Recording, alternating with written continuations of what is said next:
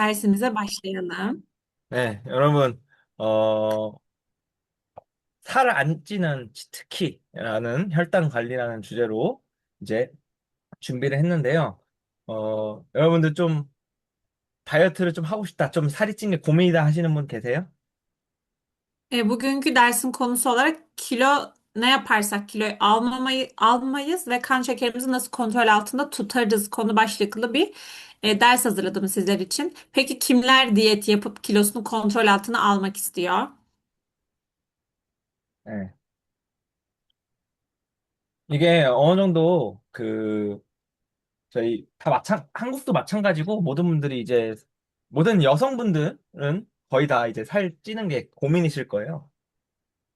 Aslında bu Güney Kore'de de geçerli bir durum. Genel olarak kadınlarımız daha çok kiloyu daha çok problem olarak görüyorlar ve bu konuda her zaman bir endişeleri oluyor. 뭐, 저도 2달 전까지만 해도, 터키에 갈 때 여러분들 저 보셨을 때 항상, 왜 이렇게 살쪘어요? 이랬잖아요, 저한테도. 그렇지 않아요? Ve 2 ay öncesine kadar ben Türkiye'ye geldiğimde de siz beni gördünüz ve herkes benimle karşılaştığında ne diyordu? Aa ne kadar kilo almışsın. Hepiniz bana bunu söylemiştiniz. Hatırlıyorsunuzdur. 한 뭐, 3달 전, 이제 터키 있을 때 다들 살쪘다고, 저한테 그러셨던 기억이 납니다, 저도. 쇼끼로 아들, Ben ben de gerçekten 3 ay öncesinde Türkiye'deyken herkesten çok kilo aldığın sözlerini hala hatırlıyorum. 네. 저는, 2월부터 지금까지 해서 벌써 한 10kg가 빠졌습니다. Ben Şubat 11kg, ayından 11kg beri 빠졌습니다. ne? 11kg 빠졌습니다. Şubat 네. ayından Şubat ayından beri biraz dikkat ediyorum ve Şubat ayından bu yana 11 kilo verdim. 1kg가 빠졌고, 이 슬림바디 챌린지 준비를 하면서, 이제 저도 공부를 하고, 다시 좀 운동도 시작을 하고, 강의도 준비를 하면서 공부도 하고, 이런, 식단에 대해서도 이제 열심히 좀 클린하게, 깨끗하게 먹다 bo니까, 그렇게 제가 의도한 건 아닌데 엄청 빨리 빠져버렸어요. 원래는 이렇게 빨리 빼면 안 됐는데. Tabii ki bu süreçte aslında ben de Slim Body Challenge'a hazırlanıyordum ve yeme düzeni aslında daha temiz nasıl yiyebilirim, içerikler nasıl olmalı. Bunun dersinde üstlendiğim için insanlara bunu aktarmak adına da bir çalışma gerçekleştirdim. Ve bu süreçte de ben de birazcık daha yememe dikkat edip daha temiz öğünler yedikçe bu kadar kiloyu verdim. Aslında İlk başlarda bu kadar kilo vermek hedefim değildi. Çünkü başlangıçta bu kadar hızlı kilo vermek de iyi değil. Ama vermiş bulundum. 그러면서 이제 그중에서 이제 가장 중요한 주제를 여러분들에게 공유해 드리려고 이걸 준비를 했고, 이 혈당이라는 게, 요새 들어서 이제 연구가 되면서 혈당이 우리 다이어트, 뭐, 살에 미치는 영향, 이런 것들이 많이 연구 결과가 나왔는데, 지금 이 주제는 다이어트뿐만 아니라 여러분들 당뇨라는 것은 사람 몸에 굉장히 안 좋기 때문에, 어, 굉장히 필요한 이제 강의라고 생각이 듭니다. O yüzden de bu ders hazırlarken de bu noktanın önemli olduğunu düşünüyorum. Bu sadece bizim kilo alma noktasında değil, sağlığımızı da korumamız adına kan şekeri kontrolünün ne kadar önemli olduğunu aslında öğrenmemiz gerekiyor. Bu yüzden de ana konu olarak bunu belirledim. 혈당이란 무엇인가? 혈당이란 무엇이냐면, 여러분들 말 그대로 피에 있는, 설탕이에요. 피에 있는 설탕이고, 이게 왜 생기냐? 여러분들이 그냥 음식을 드시면, 위에서 1차적으로 소화가 될 때, 여러분들이 먹은 빵이나 밥 같은 이런 탄수화물들이 피에 설탕으로 1차적으로, 만들어집니다. Peki kan şekeri nedir diye sorarsak kan şekeri aslında kandaki şeker miktarı olarak söylememiz daha doğru olur. Ve aslında bizim tükettiğimiz işte karbonhidratlar, proteinler gibi besinlerde vücudumuza aldığımızda işte bir ekmek yiyerek, besin tüketerek bunları vücudumuza aldığımızda yediğimiz besinlerin içerikleri parçalanarak kanımıza karışıyor. 네.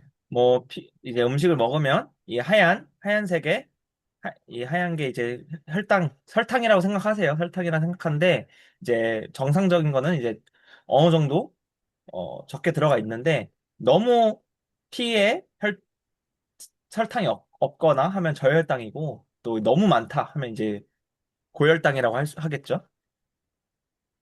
Şimdi öncelikle görseldeki küçük beyaz parçaları şeker vücudun kanımızdaki şeker miktarı olarak düşünebilirsiniz.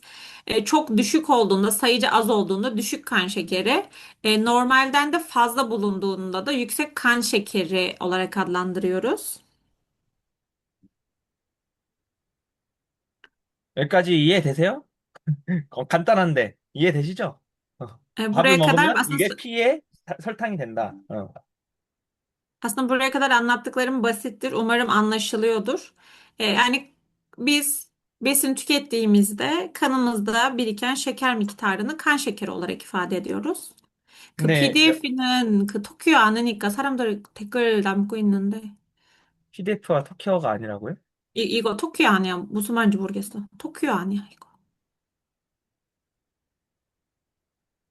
뭐야 이거 육색한 이 맞잖아요. 정도는 그 터키인데 그 빨간색이랑 그 위에 있는 쓰는 것도 아, 터키어 아니야. 네. 아니 제가 설명해 드릴게요. 설명 얘기하는 거 들으시면 돼요. 음. PDF'de bazı noktalarda Türkçe olmayan parçalar, kısımlar görebilirsiniz. Bunlar tamamen yani çeviri hataları ama zaten ben anlatacağım için dikkatle beni dinlerseniz sorun olmayacaktır. 근데 이제 피에 설탕이 많아진 상태를 어 피에 설탕이 너무 많으면 안 돼요. 몸에. Ama vücudumuzda kandaki şeker miktarının fazla olmaması gerekiyor. 여러분 췌장 아시죠? 췌장. Pankreası biliyorsunuz değil mi? 네. 췌장암에 걸리면 답 없어요. 진짜 답 없고 그냥 죽는 거라고 생각하시면 되는데요. Gerçekten pankreas çok önemli çünkü pankreas Allah korusun kanserine yakalanırsanız bunun bir cevabı yok yani çözümü yok. O yüzden de aslında direkt olarak hastaların sonu ölümle sonuçlanıyor. 네. 그런데 이 췌장에서 뭘 하냐면 인슐린이라는 것을 만들어냅니다. 그래서 인슐린이 뭘 하냐면 우리 몸에 우리 피에 있는 설탕을 그 인슐린이 우리 몸의 근육이나 근육이나 간, 카라지엘의 에너지로 쓸 수 있게끔 흡수를 시켜줘요. Şimdi peki pankreas ne yapıyor? Pankreasta insülin hormonu salgılanıyor. Peki bir insülin neye yardımcı oluyor? Aslında vücudumuza aldığımız kandaki şeker miktarını yani glikozu parçalayarak vücudumuzda bunları vücudumuz için enerjiye dönüştürebilecek organ olan karaciğer ve kaslarımıza gönderiyor. 네. 그래서 여러분들이 무엇을 먹고 나서 바로 피에 있는 설탕은 그냥 바로 여러분 움직이는 데에 에너지로 바로 쓰이고 또 그거에 남은 것들은 인슐린이 이제 세포를 통해서 근육에 저장하거나 간에 저장해서 운동을 하거나 뭘 할 때 그 운동할 때 하는 에너지로 쓰이거나 아니면 여러분 간이 평소에 모든 음식들을 해독하거든요.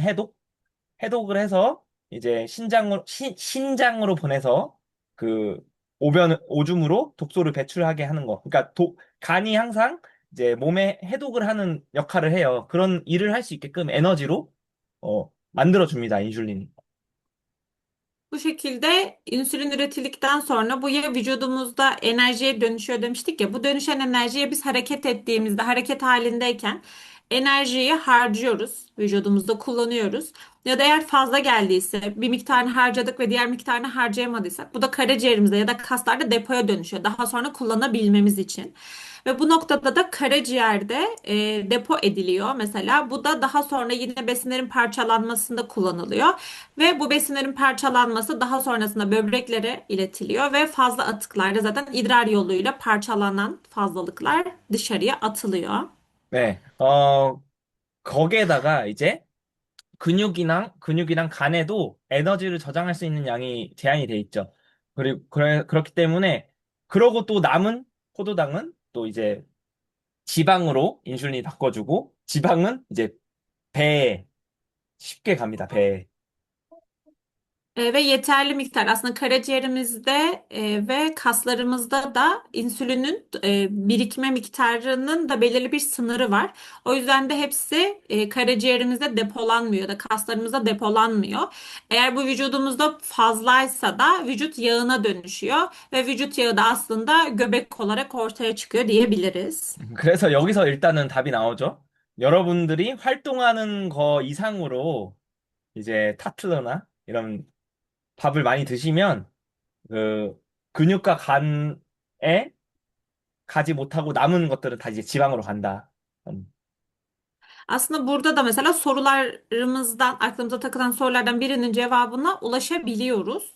Eğer biz hareketlerimize göre yani aktivitemize göre daha fazla tatlı tüketiyorsak, bu da vücudumuzdaki biriken kan şekerinin fazlalık yani depo edilmesinin ardında fazlasında kalanların vücudumuzda vücut yağına dönüşerek bize kilo olarak kalmasına sebep oluyor. 이게 이 지금 보여드리는 게 혈당 수치인데요. 혈당 수치는 우리 몸은 항상 일정하게 유지가 돼야 돼요. 그래서 이 혈당 수치가 항상 일정하게 완만하게 유지가 돼야 됩니다.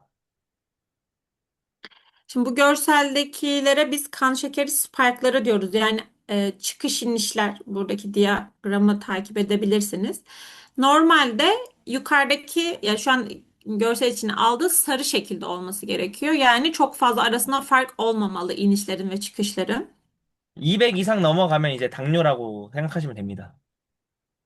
Eğer 200 sınırının üstüne çıkıyorsa bunu diyabet olarak görebilirsiniz. 아, 당뇨여도 200 이상 넘어가면 진짜 갈 때까지 간 거기 때문에 인슐린 주사 맞는 환자죠. 200'ün üzerine çıktı mı da artık olabilecek en fazla noktada olduğu için de zaten bu kişiler diyabet hastaları olarak geçiyor ve insülin iğnesi vurulmaları gerekiyor. 근데 여기서 우리도 일반인들도 200을 넘어가는 구간이 있어요. Tabii ki bizim de normalde mesela kan şekerimizin 200'ün üzerine çıktığı durumlar olabilir. 이 혈당이 팍 튀는 거 혈당 스파이크라고 하는데요. Burada mesela aniden yukarıya doğru fazla çıkması, biz buna ani çıkış ve inişlere kan şekeri spike adını veriyoruz. 우리가 음식을 먹었을 때 엄청 그, 밥이나 빵을 엄청 많이 먹었거나 아이스크림 먹었거나 이런 걸 먹었을 때 혈당이 팍 튑니다.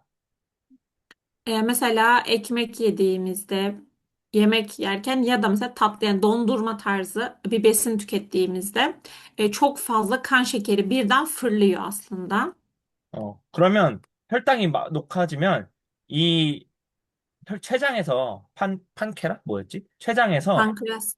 판케라스에서 인슐린을 막 생성해요. 이걸 혈당 빨리 높아진 걸 팍 내리려고. O yüzden de pankreasta insülin üretimi birden artmaya başlıyor. Çünkü buradaki çok ani artışı düşürmesi gerekiyor vücudun. 근데 그러다 보니까 팍 튄 혈당을 인슐린이 바로 많이 갑자기 생성을 해서 인슐린을 엄청 많이 생성을 해서 갑자기 내리니까 또 확 갑자기 내리죠. Ve tabii ki vücut bunu birden ani bir şey olarak algıladığı için çok fazla insülin üretiyor. Ve bu çok fazla insülin üretilmesi sonucu da kan şekeri birden çok fazla yukarıdayken aniden aşağıya doğru hızlı bir şekilde de düşüşe geçiyor. 그렇게 되면 췌장이 엄청 고생을 하는 거예요. 일을 많이 하는 거예요. Bu yüzden de pankreasa fazla yüklenilmiş oluyor ve gereğinden fazla bir iş yapmış oluyor vücudumuzda. 예. 항상 아까 말씀드린 것처럼 완만하게 일정하게 가야 되는데 팍 올라가고 팍 내리고 팍 올라가고 팍 내리는 거죠. Yani aslında normalde üstteki görsel gibi olması gerekiyor. 200'ün üzerine çıkmadan inişleri çıkışların arasında çok bir farkın olmaması gerekiyor. Belirli bir ölçüde gitmesi gerekiyor. Ama aşağıdaki görselde ani fırlamalar ve ani düşüşler yani kan şekeri spike'larının oluşması vücudumuz için vücudumuzda özellikle de pankreası zor bir duruma sokuyor. 당뇨가 걸리는 이유는 적어도 췌장이 엄청 열심히 일을 해서 혹사를 당하면서 계속 인슐린을 뽑아내고 혈당을 낮추고 하다 보니까 어느 정도 혈당이 유지가 된 건데 이제 일정 기간 계속 그렇게 하다 보면 췌장이 지치는 거예요. 힘든 거예요. 그러다가 기능을 상실하게 되는 거고 기능을 상실하게 되는 거고 그러면서 이제 혈당을 어, 유지할 수 없게 되는 거죠. Aslında insanların diyabet rahatsızlığına yakalanmasının sebeplerinden biri de çok fazla vücuttaki pankreasa görev yüklenmesi oluyor. Yani çok fazla tatlı tüketildiğinde ya da ekmek ya da hamur işleri tüketildiğinde aslında vücut buradaki kan şekerini dengeleyebilmek adına çok fazla insülin üretiyor. Tekrar bu yükseği düşürmeye çalışıyor ve bu yüzden de pankreas olması gereken durumdan çok fazla aşırı bir yük altında çalışmış oluyor. Bu durumda da belirli bir süre yani bir süre böyle çalışmaya devam eden pankreas belirli bir süre geçtikten sonra artık işlevini doğru bir şekilde yerine getiremiyor ve en sonunda da insülini doğru bir şekilde salgılayamaz hale geliyor. 네. 여기 보면 이제 뭐, 아까 아이스크림 있고, 빵, 면, 이렇게 음료수, 이런 것들이 있는데, 이거 딱 또 설명드릴게요. Burada mesela bahsedilen görseldekiler dondurma, ekmek, hamur işleri diyebiliriz bizim için. Onlar da kesilmiş erişte diye geçiyor Kore'de. Bizim Türkler için hamur işleri olabilir, yine erişteler olabilir ve meyve suları. 네. 이게 그 췌장 수치인데, 그 피에 혈당이 200일 때 그냥 뭐 정상일 때라고 생각을 할게요. 이게 200이 높긴 하지만 이 정도 있을 때는 이 췌장 세포가 괜찮아요. 많이 있어요. 하지만 혈당을 엄청 높였을 때 유지했을 때는 좀 없어지죠. 이 그 췌장 세포들이. 그런데 이것보다도 더 나쁜 게 뭐냐면 200, 300을 왔다 갔다 할 때, 아까 혈당 스파이크 할 때, 왔다 갈 때 할 때는 더 없어요. Şimdi öncelikle eğer 200'de ise miktar olarak yine pankreas hücreleri bir şekilde korunuyor. İlk görselde bunu görüyoruz. 600'e çıktığında hücrelerde bir sıkıntı oluşuyor. Yine bir noktada korunuyor ama yine biraz problem var. Ama az önce hani görselle gösterdik böyle ani çıkışlı ve inişli olan bir görsel vardı 200-600 arasında. Yani dalgalanmanın çok olduğu yani kan şekeri spike'ının aniden yükselip aniden düştüğü durumlarda en sıkıntılı durum burası oluyor. 혈당이 항상 높은 것보다도 이것도 당연히 나쁜 건데, 왔다 갔다 할 때, 혈당 스파이크가 있을 때 훨씬 더 안 좋다는 거죠. Yani tabii ki kan şekerinin bu 600'de olan kısımda korunuyor. Tabii ki burada da bir sorun var. Normal değil. Ama en tehlikeli olanı özellikle 200-600 arasında sürekli bir dalgalanmanın olduğu. Yani ani kan şekerinin fırlaması ve aniden kan şekeri düşüşlerinde meydana geliyor. 예. 그래서 또 혈당이 확 올라갔을 때 인슐린이 엄청 분비가 돼서 인슐린이 분비가 되니까 또 그럴 땐 또 혈당이 또 떨어지면서 그번에 또 저혈당이 오게 되는 거예요. Yani aslında bu çok tehlikeli oluyor çünkü kan şekeri aniden yükseliyor. Bu yüzden de insülinde bunu düşürmeye çalışmak için aniden bir insülin fazlalaşması oluyor. İnsülin de aynı bir şekilde artıyor. O zaman da bunları artan insülin de kan şekerini bu sefer komple düşürdüğü için aniden bir keskin bir şekilde kan şekerinin düşmesine sebep oluyor. Biz de buna hipoglisemi adını veriyoruz. 그래서 어떻게 해야 되냐? Peki ne yapmalıyız? 어, 여기는 지금 살 안 찌는 요령이라고 했지만 살 안 찌는 것뿐만 아니라 이제 이게 당뇨에 안 걸리기 위한 이 요령이에요.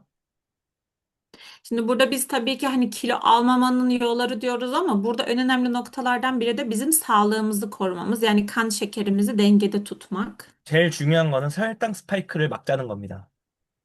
En önemlisi de az önce bahsettiğimiz bu ani çıkışlar ve ani inişlerin yani kan şekeri spike'larının kontrol altına alınması. 혈당 스파이크 원인은 이제 기본적으로 세 가지가 있는데 탄수화물 많이 먹었을 때, Şimdi öncelikle kan şekerinde ani çıkış ve ani inişlerin yani sıçramaların olmasının nedenlerinde bir numaralı etken çok fazla karbonhidrat tüketilmesi. 이제 뭐 필라브가 나쁘다는 건 아니고요. 이거를 두 그릇, 세 그릇 먹었을 때 막 배고파갖고 더 주세요 하고 Şimdi tabii ki pirinç pilavı kötü bir besin değil ama bunu fazla tüketimi. Mesela birden çok çok aç olup birden bunları 2-3 tabak olarak tüketmek. 네, 그리고 단 음식을 많이 먹었을 때 Çok fazla tatlı yendiğinde. 네, 그리고 오랫동안 아무것도 먹지 않다가 이제 식사했을 때. Ve en önemlilerinden birisi de uzun süreli açlıklar. Kendimizi uzun süre aç bıraktıktan sonra yemek yemek. 예. 그래서 저는 항상 저희 그 슬림바디 챌린지 하는 분들 빡세게 운동하는 사람뿐만 아니라 그냥 건강 실천방도 하루에 4끼 먹으라고 하거든요. 최소. Şimdi Slim Body Challenge'lar yaparken bizim gruplarımız var. Bu gruplarda çok böyle iyi bir şekilde spor yapıp aktif bir şekilde yer alanlar varken daha böyle az miktarda yapanlar da var aktivitelerini. Ben kesinlikle her iki gruba da her zaman şunu söylüyorum. Günde en az 4 öğün yemek yemelisiniz. 그 4번을 많이 먹으라는 게 아니라 조금씩 조금씩 나눠서 많이 먹으라는 거예요. Bu da şunu aslında yani günde 4 öğün yiyip aşırı bir beslenme değil de az az sık sık yemek gibi az bir şekilde bunu 4 öğüne bölerek gün içerisinde tüketmek daha önemli. 저는 기본적으로 5번 먹어요. 하루에. Ben genel olarak günde 5 öğün şeklinde tüketiyorum. 네. 그래서 제일 안 좋은 음식이 이 정제 탄수화물이라고 하거든요. Buradaki aslında en sıkıntılı olanlar rafine şeker içeren, rafine karbonhidrat içeren ürünler. 이런 그 설탕빵들, 크림빵 같은 것들. 터키에 Ee, 많잖아요. mesela 그죠? mesela şekerli ekmekler, şekerli karbonhidratlar, işte kremalı ekmekler ki bu Türkiye'de seçenek olarak daha fazla aslında bizler için. 근데 여기에는 액백이랑 마카르나라고 하는데 제가 생각하기에는 듀럼밀로 만든 어, 파스타는 괜찮아요. 그게 뭐예요? 어, 일단은 이제 듀럼밀 모르나? 몰라요. 어쨌든 이런 설탕으로 만든 거, 초코빵, 그런 것들. Yani aslında ekmek, makarna gibi hamur işi. Yani karbonhidrat bazlı yiyecekler. 근데 이거는 제가 이제 생각한 건데, 한국에서 면 같은 거, 면 음식들, 자폰이나 이런 면 음식인데, 그, 마카르나는 어느 정도 괜찮은 걸로 알고 있어요. 일반 마카르나. 음. 그건가요? 그 특별한 건강 밀로 만든 게 있어. 특별한 밀. Kıvam. Arası arası. 어. Şimdi burada mesela makarna derken hani Kore'deki erişteler ya da işte noodle, ramen tarzı şeyler zararlı olabilirken eğer bu bizim de bildiğimiz hani çavdar unu ya da normal beyaz undan farklı unlarla yapılan sağlıklı eğer makarnalarsa bunlar sorun olmayacaktır. 예. 그리고 여기 액맥인데, 액맥은 우리 아침에 먹는 딱딱한 거 있잖아. 뜯어먹는 거. 그거는 괜찮아요. 그거는 괜찮은데, 한두 개 정도는 괜찮아요. 그거는. Yine ekmekte de büyük ihtimalle belki Türkiye için bazı konuşursak ben öyle çevireyim. Beyaz ekmekten ziyade bu da yine sorun olacaktır. Ama tam buğday unu ekmek ya da çavdar ekmeği gibi ekmekler tüketmek 2-3 dilim bunlarda da sorun olmayacaktır. 우리 아침에 먹는 딱딱한 액맥이 그 프랑스 바게트랑 비슷하잖아요. 그치? 네, 근데 그것보다 더 건강한 빵들 많아요, 또 터키에서는. 통밀빵, 갈색빵, 그게 O. 제일 좋아요. O. Yani Gio'nun da söylediği gibi özellikle daha böyle hani kahverengi bazı ekmekler diyebileceğimiz var ya tam buğday, 어, çavdar, kırmızı undan yapılan ekmekler tabii ki daha sağlıklı beyaz una göre. 그건 괜찮은데, 이런 빵들은 안 된다. Ama buradaki şu an görselde görmüş olduğunuz rafine şeker içeren daha tatlı ekmekler sağlıksız tabii ki. 예. 그리고, 이거는 한국으로 음식들인데, 이거는 넘어가고, Tokyo'da 있어 이 정도면. 뭐 이런 것들, 어, 이런 너덜 같은 거, 뭐 김밥 솔직히 안 좋아요. 그러니까 많이 먹으면 안 좋아요. 좋은 Bu da 음식이긴 aslında 한데. birazcık daha Kore tarzı yemekler. Mesela işte noodle gibi, ramen gibi ya da kimbap gibi. Bunlar da çok fazla tüketildiğinde kimbap özellikle sağlıklı değil tabii ki. Bunu da bizim yemeklere çevirirsek aslında hamur işleri olarak düşünebiliriz. Çok yağlı ve işte kızartılan hamur işleri olabilir. 아니, 김밥이 건강에 안 좋은 건 아니에요. 재료들이 클린하고 좋은데, 지금 이 음식들이 뭐냐면 한국 문화로 치면 빨리 먹는 거. 우리는 음식을 일도 빨리 하고 해야 되기 때문에 빨리 먹을 수 있는 거예요. 이거 5분, 10분 안에 다 먹는 거거든요. 빨리 먹을 수 있는 것들이어서 이게, 탄수화물 혈당적으로는 문제가 된다는 거예요. 음. Tokyo 샌드위치랑 같은 비슷한 건가? 거죠. 어. Aslında bu görselde gördüklerimiz Kore için hızlı yemek yemek istedikleri zaman tükettikleri besinler. Yani daha hızlı olabilecek. Tabii ki mesela kimbap içeriği olarak sebze de var. O yüzden çok sağlıksız, vücuda zararlı diyemeyiz ama çok fazla tüketildiğinde vücut için iyi değil. Bizdeki şey gibi düşünebilirsiniz. Çok hızlı hareket ettiğimiz hani ekmeğin içerisine bir şeyler koyar ve sandviç tarzı tüketiriz genelde. Aslında hızlı zaman olmadığında tüketilen bu yemekler de çok sağlıklı değil. 그래서 근데 이제 그 터키 분들 여러분들 드시는 거 보면 제가 터키에서 먹을 때도 보면 딱 이제 야채에 뭐 케밥을 먹을 때는 그 케밥에 이제 그 살라타에 뭐 그 올리브 제이틴이야 해갖고 건강에 먹고 고기 딱 단백질 먹고 괜찮단 말이에요. 아니면 저는 타부필라브를 또 좋아하기 때문에 그 살라타랑 먹는 거 그런 건 괜찮아요. 여러분들 은근 건강하게 먹고 있단 말이에요. 그 식사는. 근데 내가 문제되는 게 뭐냐면 바로 이것들이에요. Şimdi mesela Türkiye'de olduğumda gözlemlediğim kadarıyla mesela bir kebap yiyorsunuz. Yanında salata var. Salatalar da zeytinyağlı oluyor. Aslında bu güzel salatayı yemek. Ve yanında mesela kebap et yiyorsunuz aslında. Proteini de alıyorsunuz. Bu da iyi. Ama ya da mesela ben tavuk pilav seviyorum Türkiye'de. Tavuk pilav yine yanında salatayla tüketmek iyi. Bunlar iyi. Ama mesela Türkiye'de sorun gördüğümüz yiyecekler aslında tam olarak şu an ekranda gördükleriniz. 감자튀김. Patates kızartması. 전 이제 감자튀김 안 먹어요. 터키 가서도 절대 안 먹어요. Ben artık patates kızartması yemiyorum. Türkiye'ye gittiğimde de yemeyeceğim. 약간 구운 감자는 조금 먹긴 할 수 있는데 구운 거. 근데 기름에 튀기면 절대 안 먹을 거예요. Patatesi de mesela haşlama patates olabilir. Yine tüketebilirim ama kesinlikle yani yağda kızarmış patatesi yemeyeceğim. Ama 그리고 pişmiş patates olabilir diğer türlü. 여기. 그리고 만트도 여러분 이렇게 버무리잖아요. 밀가루 너무 많단 말이에요. 이것도 죄송하지만 안 좋은 음식이다 저희한테는 건강에는. Şimdi mantı da biraz sağlığa yani çok iyi değil diyebiliriz. Çünkü hamuru tamamen karbonhidrat. 음. 그리고 또 빨리 먹을 수 있는 건 라흐마준이죠. 여러분 이거 막 두 개씩 세 개씩 먹잖아요. 이거 죽어요. 혈당 Ve en 완전. hızlı en hızlı yiyeceğimiz yiyeceklerden biri de mesela lahmacun ve sizler lahmacunu bir hani iki üç tane yiyorsunuz ve bu da aslında kan şekeri için sağlıksız bir yiyecek. 그리고 피자 중에서도 이제 피데도 비슷하잖아요. 피데도 많이 먹으면 안 E, 좋죠. İşte pizza ya da pizzanın türevi olan mesela pideler. Pideler de çok tüketildiğinde iyi değil. 네.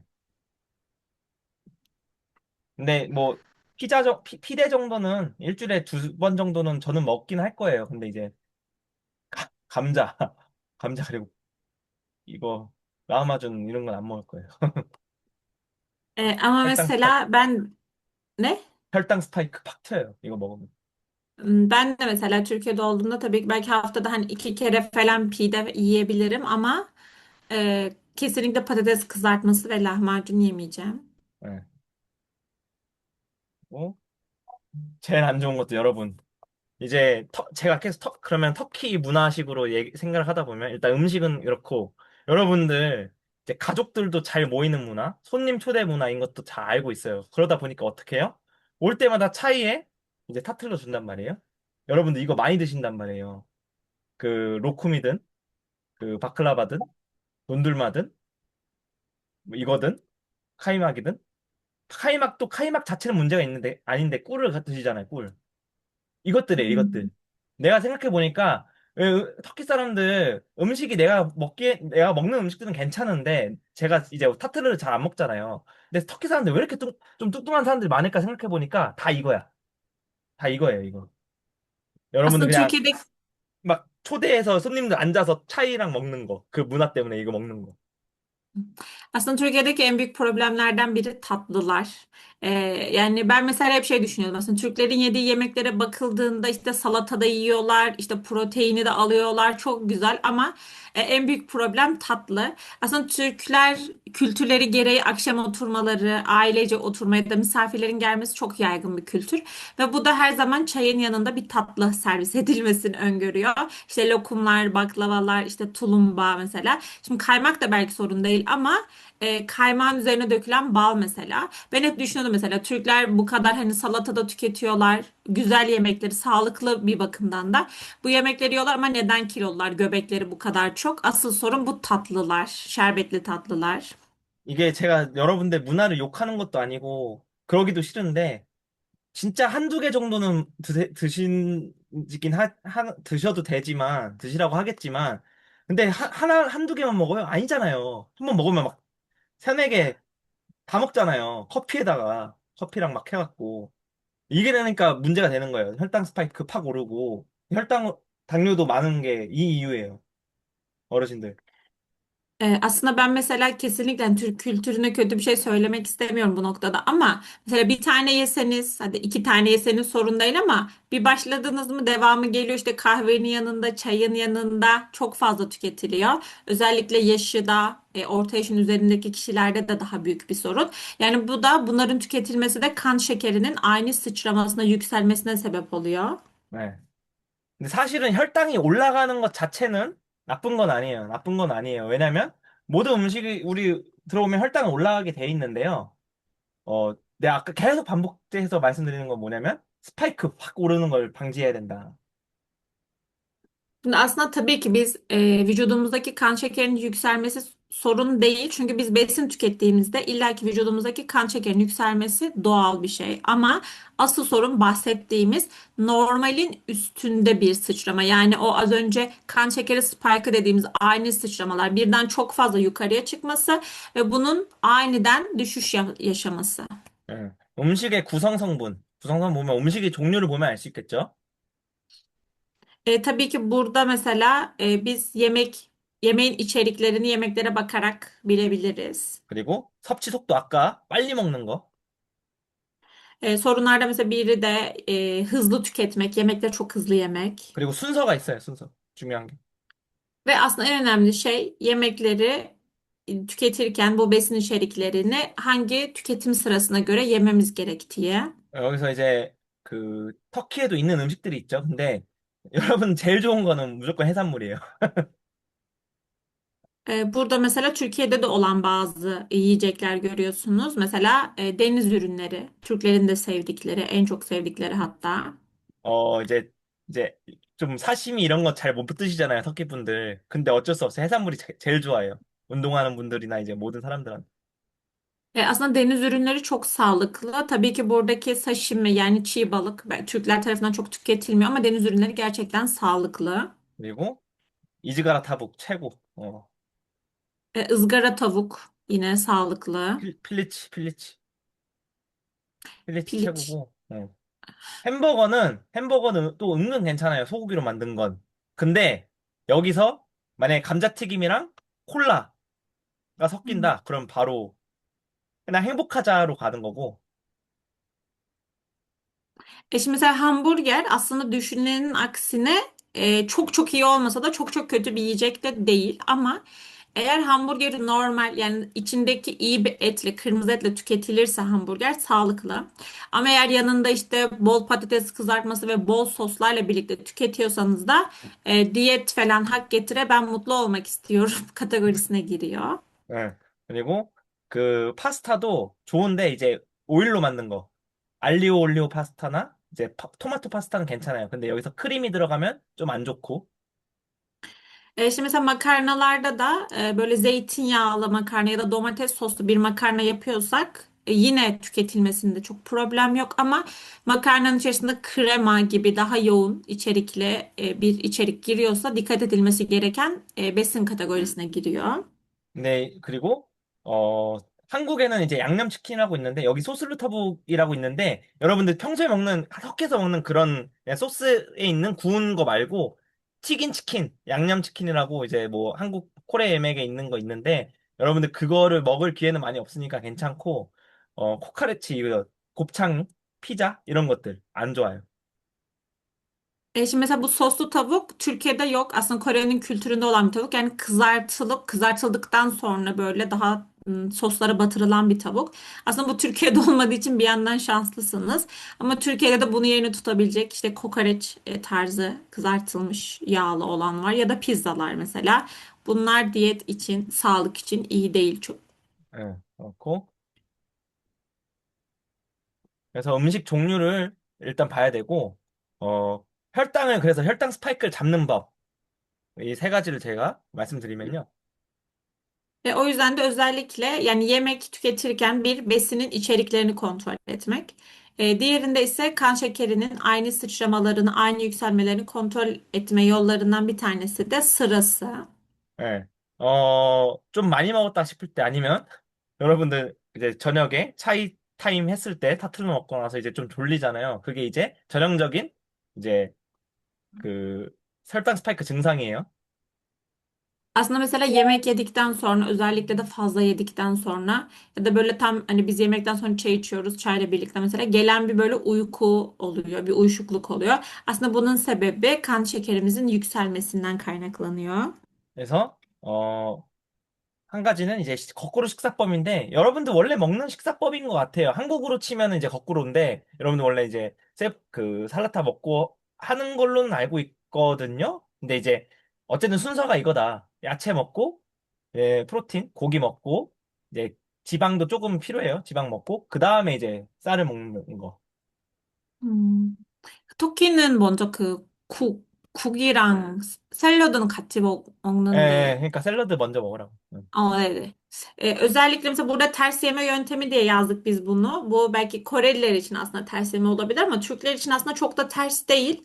Çünkü biz genelde zaten sebzeyle başlıyoruz. Belki bizim hani çorba ve salatayla başlıyoruz. Yani aslında salata, sebze. Sonra işte protein ağırlıklı bu et olabilir. Sonra işte birazcık yağlı besinler. Tabii bu da sağlıklı bir yağysa. Daha sonrasında karbonhidratlar. Aslında bu ters yeme yöntemi bizim için biraz da doğru biz böyle yiyoruz yemekleri. Öyle 뱅맹이랑 düşünebiliriz. 쌀이 먼저 가면 여기서 바로 흡수하기 때문에 혈당이 팍 올라요. 하지만 야채가 식이섬유가 왜 좋냐면 소화를 천천히 하게 된단 말이에요. 그래서 변비에도 좋고 먼저 들어가서 먼저 꽉꽉 채워 놓는 거예요. 그 다음에 이제 쌀을 먹어야지 천천히 소화가 되면서 혈당이 완만하게 올라간다.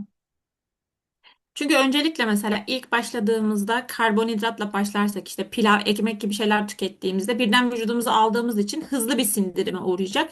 Hızlı sindirime uğraması da kan şekerimizin ani yükselmesine sebep olacak.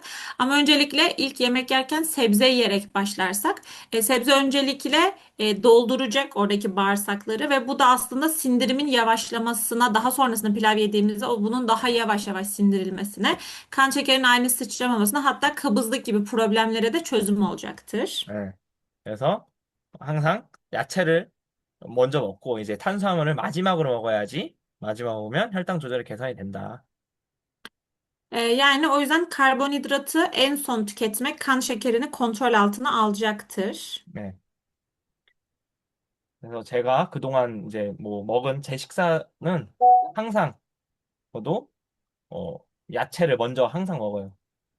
야채를 항상 Şimdi 먹고 bunlar da 그다음에 benim aslında yediğim yemekler gün içerisinde. Genel olarak yemeklerimin yanında hep sebze var ve ilk yemeğe başladığımda sebzeyle başlıyorum. 그다음에 단백질 먹고 Daha sonrasında mesela protein ağırlıklı olarak da tavuk görüyorum ben mesela protein 그러면서 이제 그 탄수화물 ya da 조금씩 deniz 먹기 시작을 해요. ürünleri ve deniz ürünleri yiyorum. 네. 그러면서 이제 탄수화물 같이 먹기 시작을 해요. 마지막에. Ve sonrasında da aslında onunla birlikte mesela hamburger yerken ekmeği karbonhidrat bunu da sonraki aşamada yani önce sebze sonra protein belki 그리고 yağ sonra karbonhidrat. 그리고 이제 운동하는 사람들이나 보디빌더들이나 요즘 너무 그 상황이 여건이 좋은 게 뭐냐면 식단 하는 게 굉장히 빡세잖아요. 맛없는 거 많이 먹어야 되니까. 근데 너무 좋은 게 뭐냐면 문명이 발달하면서 제로 음료가 나온 게 너무 좋은 거예요, 지금. 제로 음료가 나와서 콜라라든가 저는 맥주를 좋아합니다. 맥주를 좋아하는데 다 이제 무알콜에 제로 맥주가 나오면서 진짜로 이런 것들 맛 없는데 이렇게만 먹으면 맛 없는데 먹을 수 있게 진짜 엄청 편해졌어요. Aslında vücut yapanlar, ağır sporlar yapanlar özellikle böyle tatsız tuzsuz yemekler yemek zorunda kalıyorlar. Ama aslında şu anki zamanda ise böyle çok fazla onların hem tüketimine yardımcı olacak yiyecekler varken bir de bunun yanında en önemlilerinden biri de zero kolaların olması. Ya da ben birayı seviyorum. Bu da mesela sıfır alkolsüz ve zero yine bira mesela. Bu tarz şeyler ya da işte şekersiz kolaların olmaz aslında. Bu şekilde ağır diyet yapıp ağır tatsız tuzsuz yemek yapan kişilerin de yüzünü güldürüyor. 네. 그리고 두 번째는 뭐냐면, 두 번째는 뭐냐면, 혈당에 좋은 음식을 식전에 먹기. Hmm. Şimdi ikinci yöntem ise yani kan şekerimizin ani yükselmesini önlemenin yöntemlerinden biri de kan şekeri için faydalı yiyecekleri yemekten önce tüketmek. 이것도 어떻게 보면 첫 번째, 아까 거꾸로 식사법이랑 비슷한 건데요. Aslında mesela bu da az önce değindiğimiz hani tersten yemek yemeye çok benziyor. 네, 좋은 게 뭐냐면, 토마토를 좀 먼저 먹는 거, 아니면 두유나, 이제 계란, 삶은 계란, 그런 것들, 아니면 요거트, 아니면 프론트 쉐이크를 여러분들께서 먹기 전에 먹는 거예요. Yani aslında az önceki tersten sıraladığımız gibi hani sebze mesela işte domates yani yemekten önce yemeye başlamadan önce işte önce bir domatesle başlamak ya da soya sütü içmek, haşlanmış yumurta yemek, işte yoğurt yemek yemekten önce başlamadan önce ya da protein shake'ler içmek, protein karışımları içmek. 네, 그래서 먹기 전에 이런 것들을 먹어야지 이제 혈당 잡는 게 예방이 된다. Yani aslında yemeye başlamadan önce protein ağırlıklı, lif içeriği yüksek olan ve yağ tüketimi yağlı besinler aslında tüketim sağlayarak kan şekerimizin ani yükselmesinin önüne geçebiliriz. 어느 정도 식전에 이런 것들 먹어줘야 어느 정도 포만감이 생겨서 그 맛있는 거, 그 살찌는 것들을 많이 먹지도 않아요. 어느 정도 또 남기게 되고. Aslında böyle bir yeme rutini oluşturduğumuzda bu bizde aslında yavaş yavaş sindirmeye yardımcı olduğu için belki yemek esnasında da işte çok lezzetli gördüğümüz ya da normalde çok fazla tüketeceklerimizi de tüketmiyoruz. 그래서 저는 항상 토마토, 파프리카, 샐러드를 먼저 먹게 되고, Ben de öncelikle yemeğe başlamadan işte domates, kırmızı biber ve marul. Önce bunları yiyorum. Sonra yemeğe geçiyorum. 밖에 갈 때는 이런 두유, 애터미, 소야 수트 이거 갖고 가서 항상 이제 먼저 먹거나 아니면 프로틴 가방에 넣고 다니면 되거든요. 이렇게 해서 밖으로 갖고 다닙니다. Ya da mesela eğer dışarıdaysam, dışarıda yemek yiyeceksem, yemeğe başlamadan önce mesela kolay tüketebileceğim öncelikle mesela Atomi'nin soya sütü var.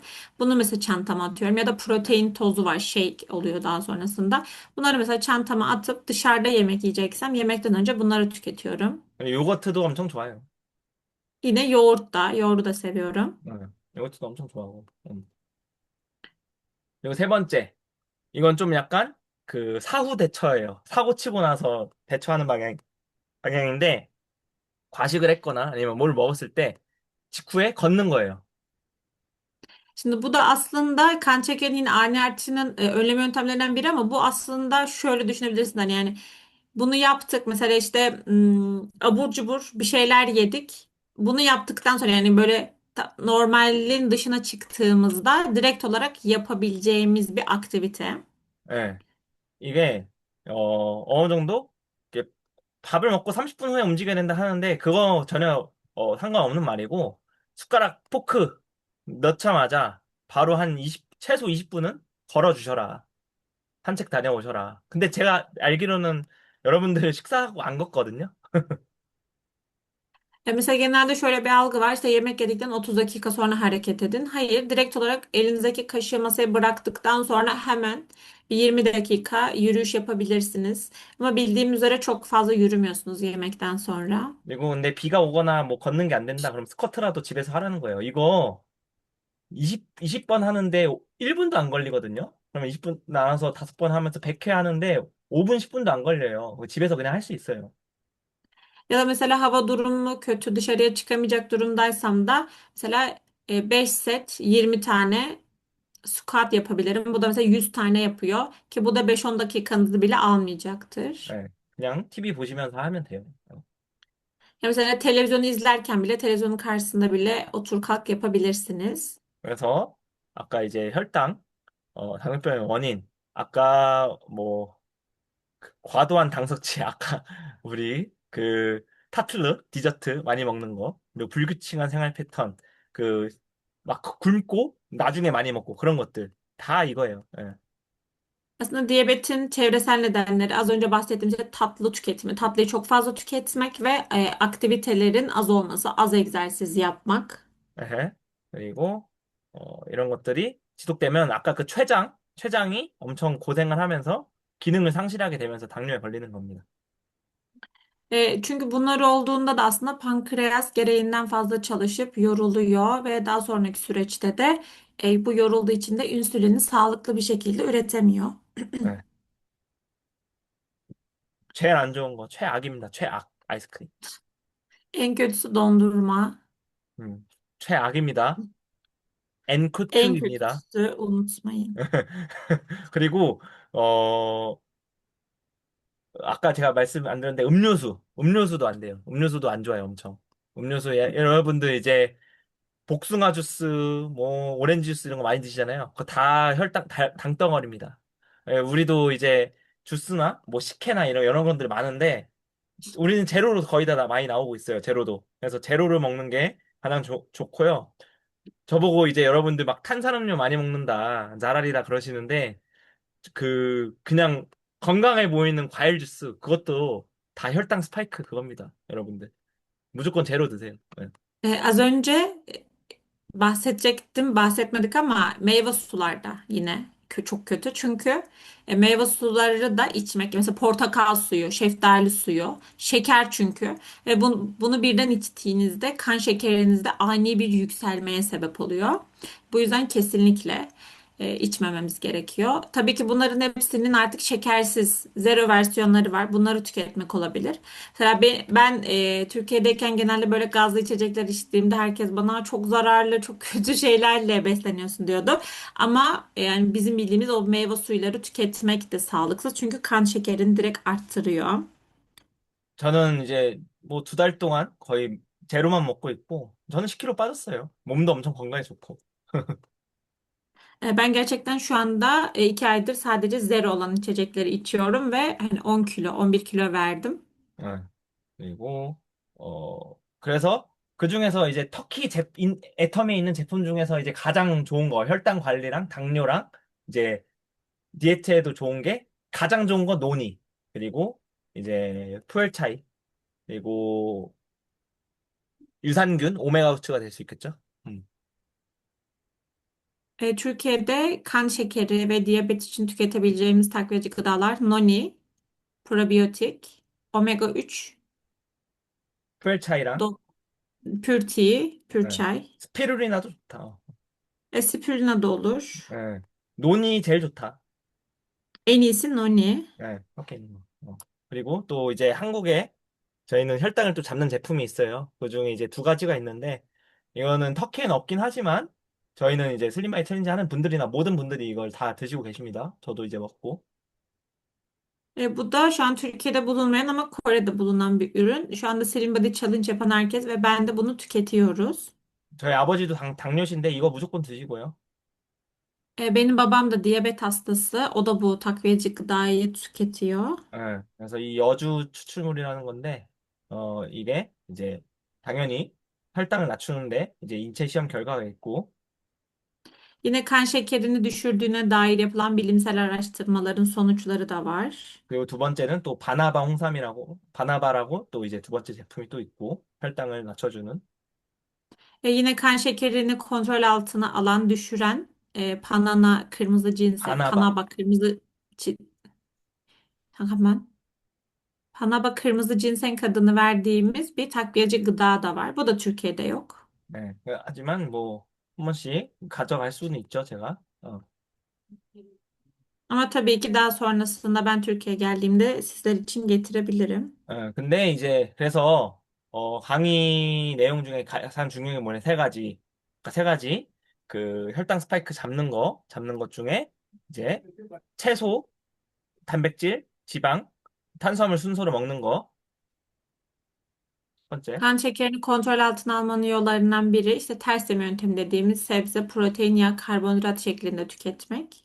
네.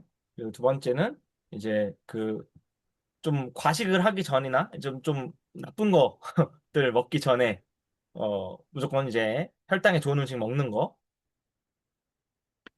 Ve daha sonrasında dışarıda yemek yediğimizde ya da işte atıştırma abur cubur yaptığımızda aslında yemekten önce kan şekerine faydalı olacak besinler tüketmek. 그리고 식사하시고 나서 20분, 30분 걷는 거 아니면 스쿼트라도 하시는 거. 혈당 낮추는 거. Ya da yemekten sonra hemen hareket etmek ve kan şekerini düşürmek. 예. 그래서 보시면 저희 그 슬림바디 챌린지 하는 분들 엄청 많으신데 예, Şu anda Slim Body Challenge yapan çok fazla. 이제 카톡방에서 다들 공유를 하고 있는데 Şu anda Kakao Talk'taki gruplarımızda herkes gün içerisinde yediklerini ve aldıkları takviye gıdaları bu şekilde paylaşıyorlar. 예. 네, 알겠어요. 저희 엄마인데 Bu 스쿼트 annem. 예. 그래서 어디 가서 항상 이제 스쿼트를 합니다. 스쿼트를 하고 Yine böyle dışarıda da olsa squatlarını yapmaya devam ediyor, dikkat ediyor. 그리고 다른 분들도 그냥 평소에 그러니까 집에서 항상 이렇게 간단하게 우리 다 공유하고 있어 이런 것들을. 응. Yine diğer kişiler de mesela evde bu şekilde hareketlerini yapıyorlar ve bunları birbirimizle grupta 다 paylaşıyoruz. 50대, 60대 분들이에요. Buradaki gördükleriniz de 50-60 yaşlarını geçkin kişiler. 다 이제 식사하시는 거, 쉐이크 이런 거 뭐 먹는지 공유하시고 공유도 Yine 하시고 işte takviye gıdalar, içtikleri shake'ler, yani her türlü Slim Body Challenge için yapılan aktiviteleri bu şekilde 근데 paylaşıyorlar. 이제 꼭 살 빼는 것만 그게 아니라 이렇게 해야지 건강해진다. 이거 간단해요. 진짜 간단해요. Aslında bu sadece hani illa bunu yapalım kilo verelim değil de sağlıklı kalalım. Basit şeyler aslında bunlar temeline baktığınızda.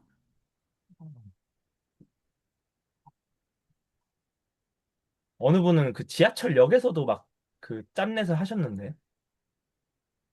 Hatta bir 네. kişinin videosunda metro istasyonunda yani o spor hareketini yaptığı bir videosu da var. 응. 그냥 간단하게 어디서나 할 수 있는 것들입니다. Yani aslında bunlar çok basit ve hayatınıza çok kolay entegre edebileceğiniz, nerede olursa gerçekleştirebileceğiniz aktiviteler. 예. 조금이라도 이분들도 생활 습관을 조금이라도 바꾸고 있는 거죠, 계속. Yani aslında bu kişiler de günlük hayattaki alışkanlıklarını değiştiriyorlar. 네. 그래서 아까 그 세 가지 기억하시면서 하셔야지 나중에 당뇨에도 안 걸리니까 여러분들 잘 실천하셨으면 좋겠습니다. 이해하셨나요? 여러분들 할 수 있겠어요? Sizler de aslında az önce anlattığımız maddelere dikkat ederseniz daha sağlıklı ve yani diyabete yakalanmayacağınız daha sağlıklı vücutlarınız olur. Çok basit bir şekilde anlattım. Anladınız mı acaba? Faydalı oldu mu? 다들 뭐 계속 좀 몇 분 드시면서 듣는 분은 계시는 것 같은데 뭐 바클라바 이런 거 드시는 거 아니죠? Ben şu anda dersi anlatırken, dinlerken bir şeyler yiyenler de var görüyorum. Umarım baklava yemiyorsunuzdur. 타틀르, 바클라바, 뭐 로쿰, 논둘마, 뭐 감자튀김 이런 거 진짜 최악입니다. Ger- 악마의 음식입니다. Gerçekten tatlı, dondurma, evet patates kızartması bunlar gerçekten şeytan diyebiliriz hani. Yani şeytan yiyecekleri. Kesinlikle en kötüleri. O yüzden uzak durun. 네. 그러고 여러분 어떠셨어요, 강의? Nasıldı ders? 여러분 찔리죠? 약간 찔리는 것 분들 많으시죠? 약간 Böyle şey kendinizi de orada hissedeceğiniz size de dokunan kısımlar oldu mu? 다 똑같아요. 다 똑같고 한국 분 여자분들 똑같고 그러면서 살 빼고 싶대요. Aslında bu herkes için aynı. Yani evrensel sanırsam Kore'deki kadınlar da böyle. Herkes bir kilo vermek istiyor. 네. 그래서 건강하게 해야 된다. 이렇게 건강한 습관을 가지면 일주일에 한 번 정도는 이제 어느 정도 먹고 싶은 거 드시고 그러면서 관리가 되는 거예요. Aslında bu şekilde dikkat edip devam ederek haftada bir kez istediğinizi yiyebilirsiniz. Aslında sürekli bir orada dikkat etmek, bunu bir alışkanlık haline getirmek önemli. 네. 그러고 이제 여러분들 4주 동안 BLP 일기를